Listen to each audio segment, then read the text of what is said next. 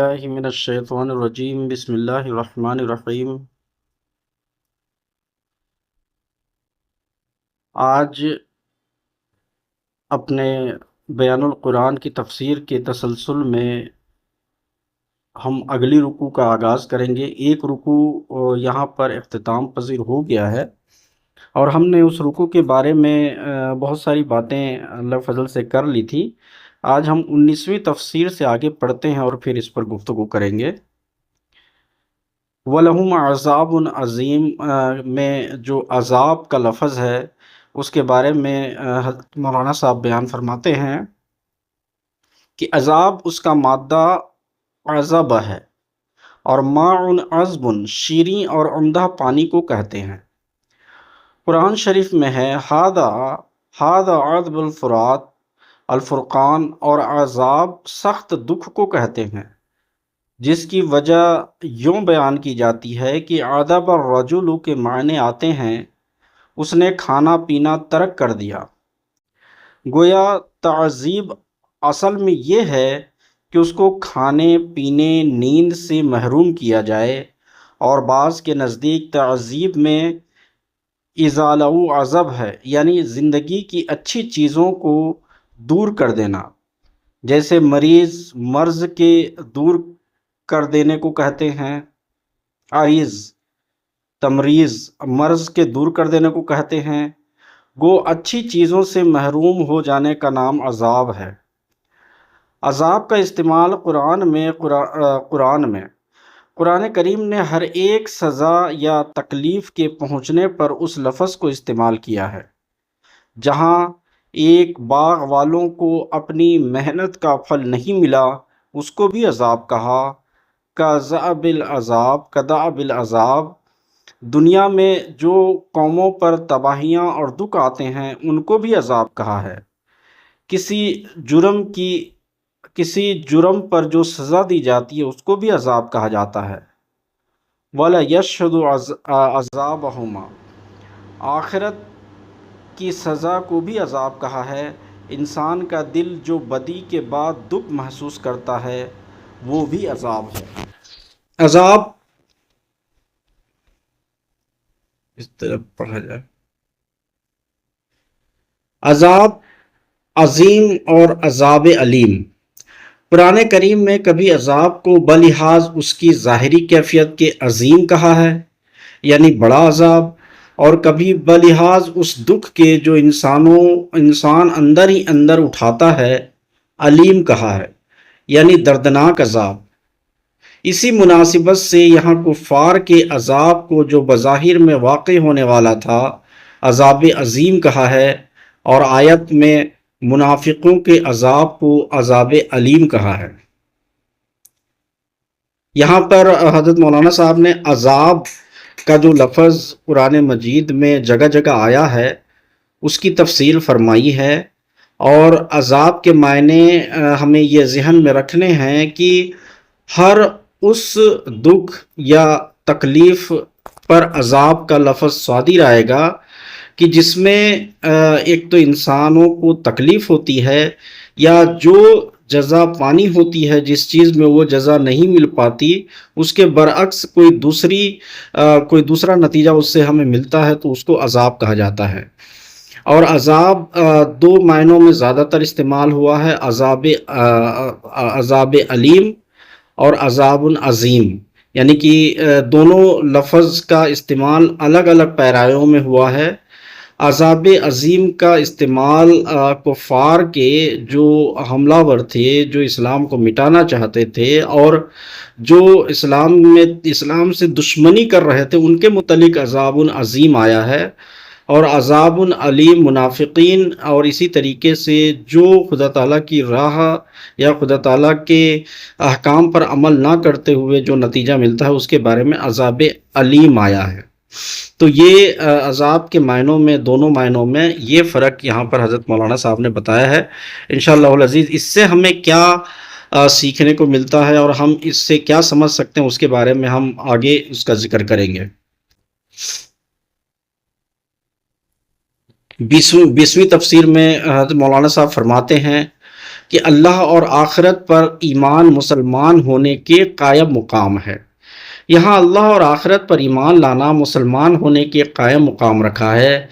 کیونکہ اللہ کی صفات اور آخرت کے مسئلہ کو کھول کر قرآن کریم نے ہی بیان کیا ہے، اور دوسرے شروع میں جو اصول بیان کیے ان میں سے پہلا اصول اللہ پر ایمان اور آخری آخرت پر یقین ہے، بس اول و آخر کو سب کا قائم مقام بنا لیا۔ یہاں منافقوں کے ذکر میں جو منہ سے اسلام کا اقرار کرتے تھے، ایمان باللہ والیوم الآخرہ کو لا کر اس کے معنی کی وضاحت کر دی ہے، یعنی اس سے مراد مسلمان ہونا ہے۔ یہاں پر یہ جو آیت ہے، وَمِنَ النَّاسِ مَن يَقُولُ آمَنَّا بِاللَّهِ وَبِالْيَوْمِ الْآخِرِ وَمَا هُمْ بِمُؤْمِنِينَ، کیا جو اس کا جو ترجمہ ہے، اور لوگوں میں بعض ہیں جو کہتے ہیں کہ ہم اللہ اور آخرت کے دن پر ایمان لائے اور وہ مومن نہیں۔ اس کی تفسیر جو ہے نا حضرت مولانا صاحب نے اس میں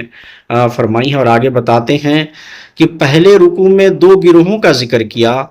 اول کامل طور پر ماننے والے، دوسرے کلی طور پر انکار کرنے والے۔ یہاں ایک تیسرے گروہ کا ذکر کیا ہے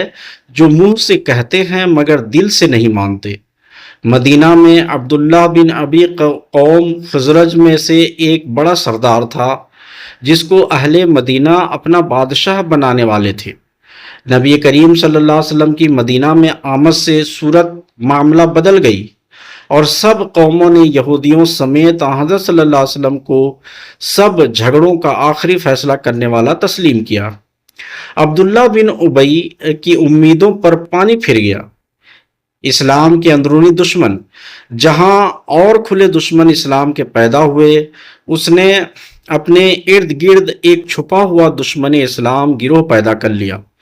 ان لوگوں کو اسلام سے فی الواقع کوئی تعلق نہ تھا، سوائے اس کے ظاہری داری کے طور پر مسلمان ہونے کا اقرار کرتے تھے، مگر اندرونی طور پر پورا زور اسلام کے استحصال کے لیے لگاتے تھے۔ اللہ تعالیٰ نے اسلام کو ان سب حالات میں بچا کر دکھا دیا کہ اسلام کو نہ اس کے کھلے دشمن کچھ نقصان پہنچا سکتے تھے، نہ چھپے ہوئے، کیونکہ خدا کا ہاتھ اس کی تائید میں ہے۔ منافقین زمانہ حال،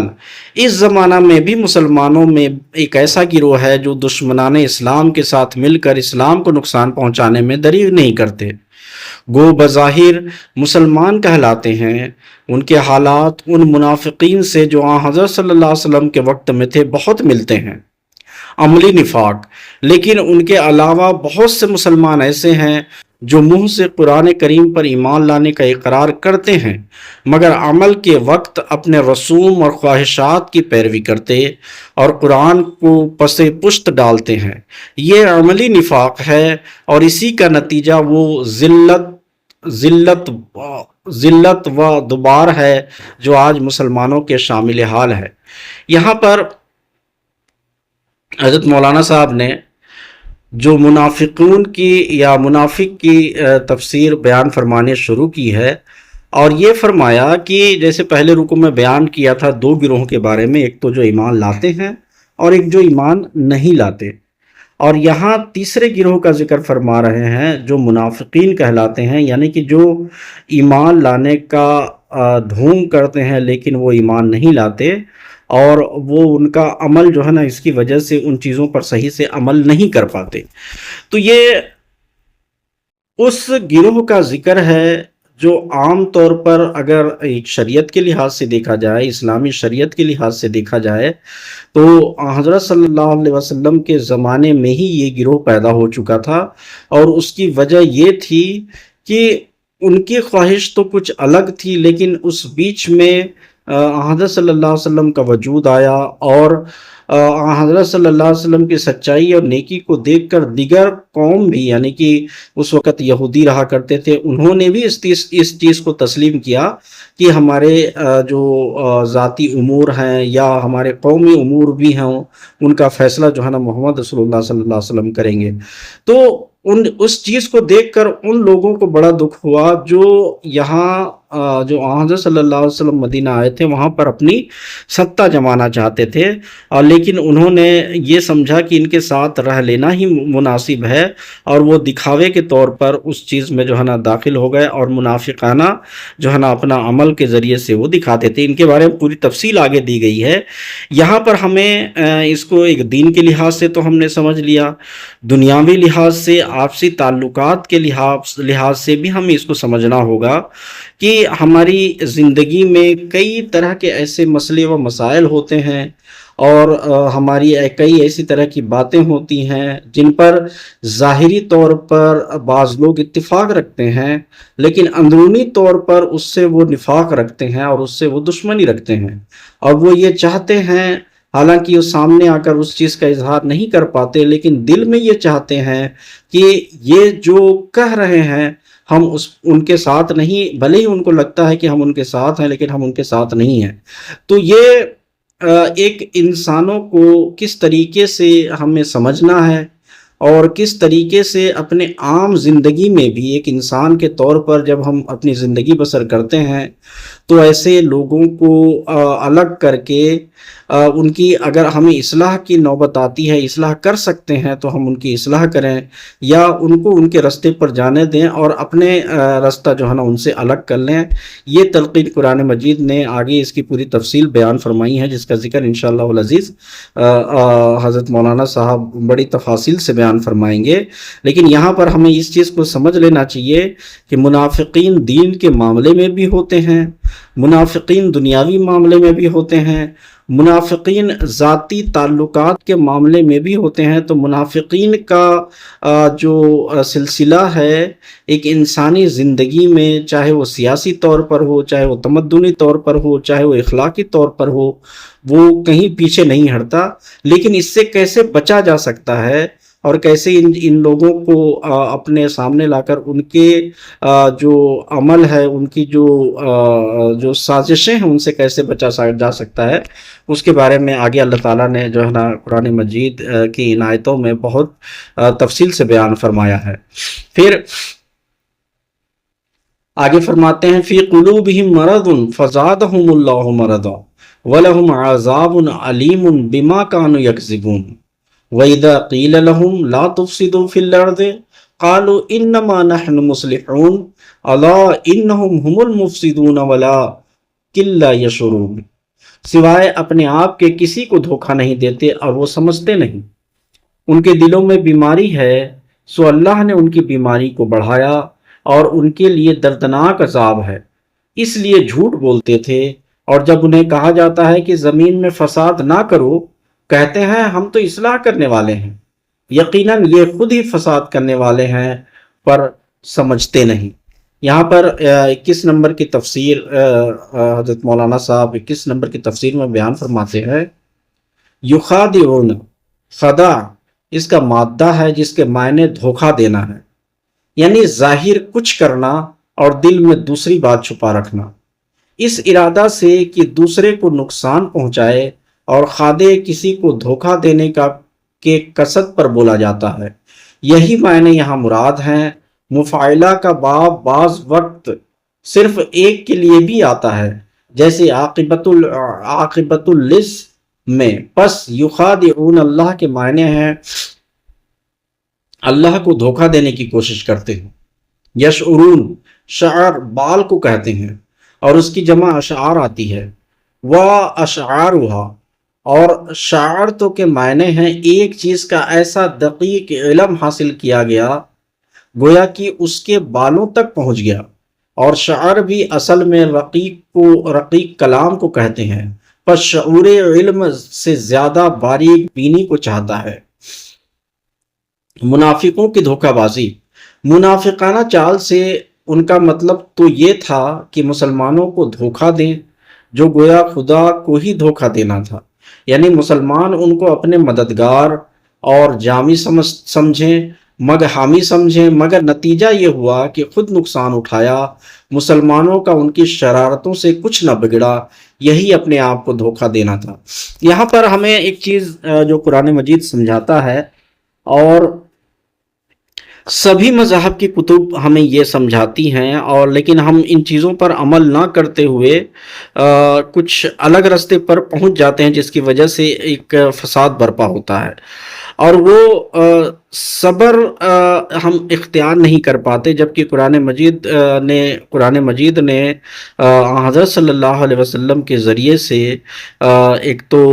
اسلام میں بھی ایسے نمونے دکھائے کہ جس میں منافقین تو تھے، اور محمد رسول اللہ صلی اللہ علیہ وسلم جانتے تھے کہ یہ منافقین ہیں، اور ظاہری طور پر ہماری باتوں کو قبول کرتے ہیں اور دعویٰ کرتے ہیں، اور میٹھی میٹھی باتیں کر کے یہ دکھانے کی کوشش کرتے ہیں کہ ہم تمہارے ساتھ ہیں۔ حضرت صلی اللہ علیہ وسلم اس چیز کو جانتے تھے، لیکن حضرت صلی اللہ علیہ وسلم نے یہ تعلیم دی صحابہ رضی اللہ تعالیٰ عنہم کو اور مسلمانوں کو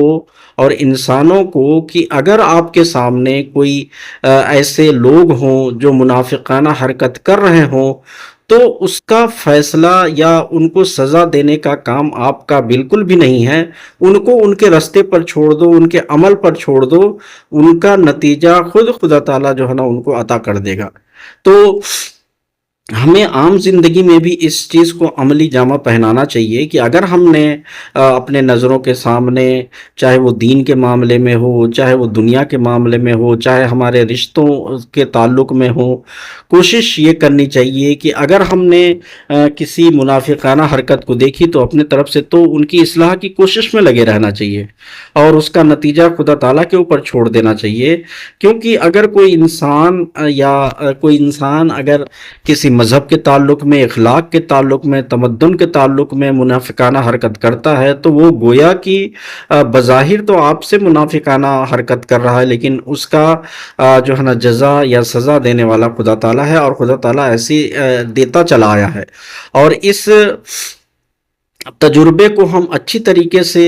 صبر کے ذریعے سے جو ہے نا پا سکتے ہیں کہ اگر ہم نے سامنے منافقانہ حرکتیں دیکھی، بظاہر طور پر ہم سے دوستانہ تعلق رکھتے ہیں، لیکن وہ ہمارے اندر سے ہم سے دشمنی رکھتے ہوں، یا ہم سے جو ہے نا بغض رکھتے ہوں، اور ہمیں نقصان پہنچانے کی کوشش کرتے ہوں، تو ہمیں یہ سمجھ لینا چاہیے کہ یہ ان کی منافقانہ حرکت ہے، اور اس کی سزا یا اس کی جزا جو بھی خدا تعالیٰ دے گا وہ ضرور ان کو عطا کرے گا۔ تو ہمیں صبر کا مقام اختیار کرتے ہوئے آگے بڑھنا چاہیے۔ تو یہ ہماری عملی زندگی میں اگر ہم نے اس طریقے کو ڈھال لیا تو ہماری زندگی یا ہمارا جو نفس ہے وہ نور اس نفس کو عطا ہوگا کہ جس کے ذریعے سے بہت لوگ فائدہ اٹھا سکتے ہیں۔ اس لیے ہم یہ تہیہ کریں کہ کسی کو سزا دینے کے لائق ہم نہیں، نہ کسی کو جزا دینے کے لائق بھی ہم نہیں، بلکہ ہمارا کام یہی ہے کہ ہم اصلاح کرتے چلے جائیں، اور پیار اور محبت کی ایک فضا کو قائم کرتے چلے جائیں۔ اگر ہم نے اپنے سامنے ہمارے سے کسی کی منافقانہ حرکت دیکھی، پھر بھی جو ہے نا ہم اس کی اصلاح کی کوشش کرتے اگر وہ اس میں اصلاح نہیں کرے گا تو اس کی سزا جو ہے نا خدا تعالیٰ کی طرف سے مل ہی جایا کرتا ہے۔ یہ نمونہ جب سے دنیا قائم ہوئی ہے تب سے انبیاء علیہ السلام کے ذریعے سے بھی ہم دیکھتے چلے آئے ہیں، اور ہم اپنی زندگیوں میں بھی اس کا مشاہدہ اچھی طریقے سے کر سکتے ہیں۔ تو حضرت مولانا صاحب پھر آگے فرماتے ہیں 22 نمبر کی جو تفسیر میں کہ مرض اس حالت اعتدال سے خروج کا نام ہے جو انسان سے خاص ہے، اور یہ دو طرح پر ہے، ایک جسمانی جیسے علی المریض حرج، امراض روحانی، اور دوسرے اس سے مراد زائل لیے جاتے ہیں جیسے جہالت، جبن، بخل، انفاق وغیرہ، یعنی اخلاقی بیماریاں، یہی معنی یہاں مراد ہیں۔ اور قرآن شریف کثرت سے مرض کا ذکر اسی کے معنی میں قرآن مجید میں اسی معنی سے آتا ہے، اور اخلاقی رذائل کو مرض اس لیے کہا جاتا ہے کہ وہ فضائل کے حاصل کرنے میں مانع ہوتے ہیں، جیسے بیماریاں، منافقوں کی بیماری، وہ بیماری نفاق ہے جس کا یہاں ذکر کر دیا، یعنی منہ سے کچھ کہتے ہیں اس پر یقین نہیں رکھتے، اسی لیے عذاب علیم کو جھوٹ کا نتیجہ بتایا، یا یہ بیماری اسلام کی عداوت ہے جو اپنے دلوں میں مخفی رکھتے تھے۔ اللہ تعالیٰ کا اس بیماری کو بڑھانا یوں تھا کہ جو جو اللہ تعالیٰ اسلام کو قوت اور شوکت عطا کرتا گیا، ان کا نفاق اور ان کی اسلام سے عداوت اور ترقی کرتی گئی۔ خدا کس طرف بیماری بڑھاتا ہے؟ اللہ تعالیٰ کی طرف بیماری کا بڑھانا منسوب کیا کیونکہ یہ بطور سزا تھا، یا اس لیے کہ وہ اسباب جن سے بیماری بڑھی اللہ تعالیٰ نے ہی پیدا کیے تھے؟ گو وہ چاہتے تو انہی اسباب سے ہدایت حاصل کر سکتے۔ حضرت نوح علیہ السلام کہتے ہیں فلم یزدہم دعائی الافرارا، میرے بلانے نے ان کو صرف بھاگنے میں زیادہ کیا، حالانکہ عورت کی غرض تو ان کا بلانا تھا نہ بھگانا، مگر چونکہ جس قدر وہ بلاتے تھے اسی قدر وہ زیادہ دور ہوتے تھے، اس لیے بھگانے کو دعا کی طرف منسوب کیا، گو وہ دعا کا مقصد نہ تھا۔ یہاں پر پھر مرض کا استعمال جو بیان فرمایا ہے منافقین کے تعلق سے، اور ان کے مرض کو بڑھنے کا ذکر فرمایا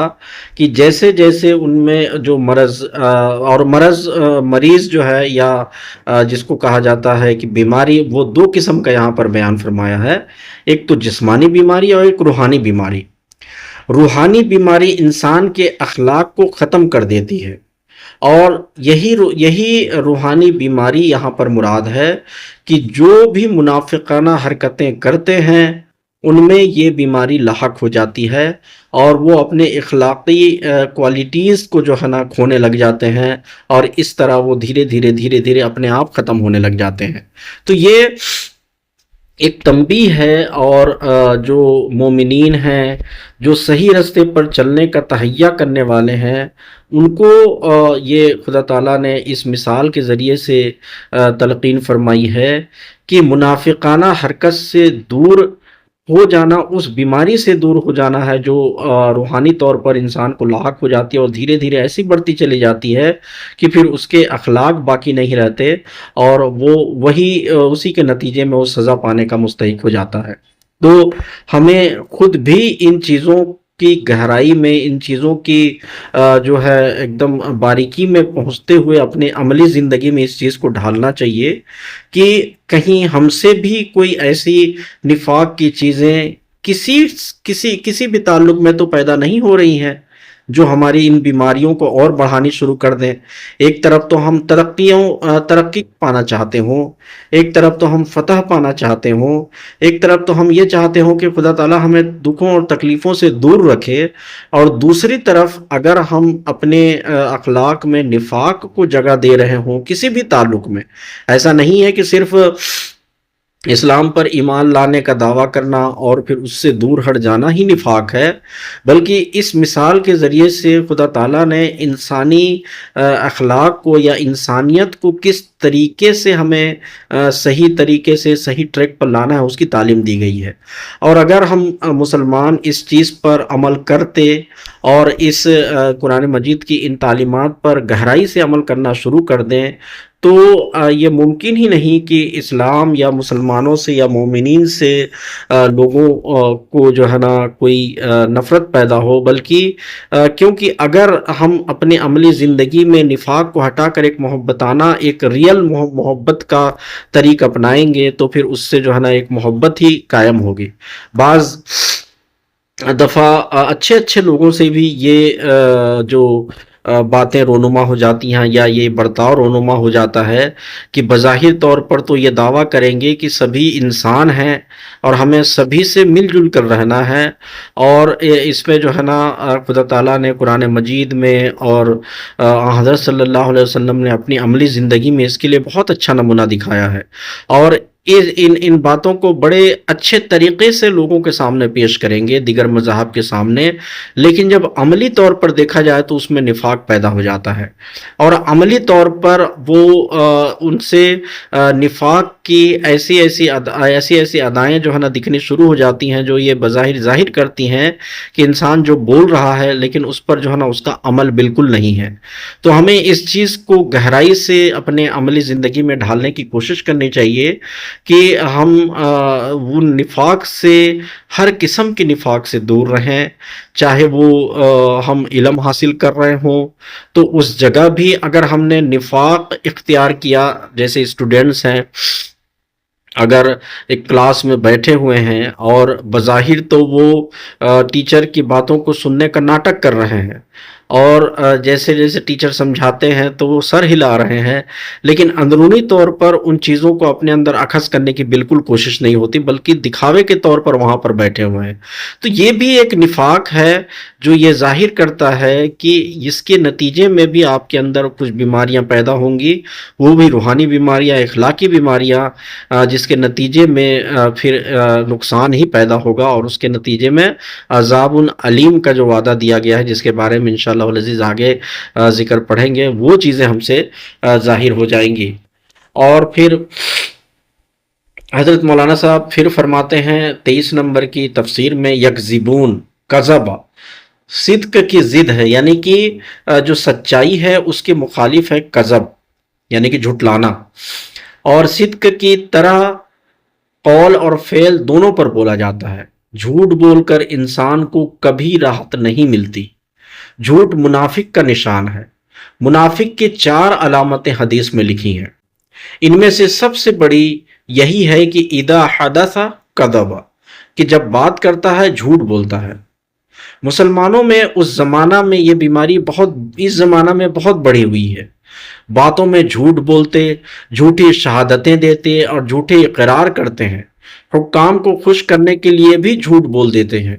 کسی قوم میں ایسے لوگوں کی زیادتی سے قوم کی عزت باقی نہیں رہ سکتی۔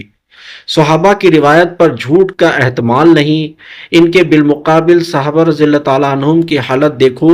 تو وہاں عمدن جھوٹ کا وجود بھی نہیں پایا جاتا، یہاں تک کہ جو روایت صحابی تک پہنچ جائے اس پر جھوٹ کا احتمال بھی باقی نہیں رہتا۔ یہ جو منافقین کی سب سے بڑی علامت جو بیان کی گئی ہے حدیث میں، وہ یہی ہے کہ وہ بات بات پر جھوٹ بولنا۔ اور حضرت مولانا صاحب یہ بیان فرماتے ہیں، اور اس سچائی کو آج ہم بھی اپنے نظروں کے سامنے دیکھ سکتے ہیں کہ خود مسلمانوں میں جس کی اصلاح کرنے کے لیے یہ کتاب آئی، اور اس کتاب میں ان اخلاق کی گہرائیوں تک جو ہے نا پہنچا کر خدا تعالیٰ نے اس کے جو فائدے اور نقصان کو گنائے ہیں، پھر بھی آج ہمارے مسلمانوں، ہمارے بیچ میں جھوٹ عام طور پر جو ہے نا پھیل گیا ہے، اور بات بات پر جھوٹ جو ہے نا بولنا جو ہے نا ہم بولنے کا جو نظارہ ہم دیکھتے ہیں۔ جو اگر منافقین صرف انہی کو سمجھا جائے جو مسلمان ہونے کا دعویٰ کرتے ہیں اور پیچھے مسلمان نہیں ہوتے،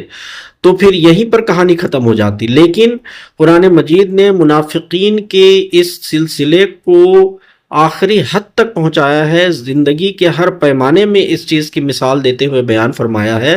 کہ منافقانہ حرکتوں سے اگر نہیں بچیں گے تو پھر وہ مومنانہ صفت حاصل نہیں ہوگی، اور جب مومنانہ صفت حاصل نہیں ہوگی تو کامیابی حاصل نہیں ہوگی۔ تو یہ چیز ہے کہ انسان اگر پریشان ہے یا اپنے کسی تکلیف میں مبتلا ہے، یا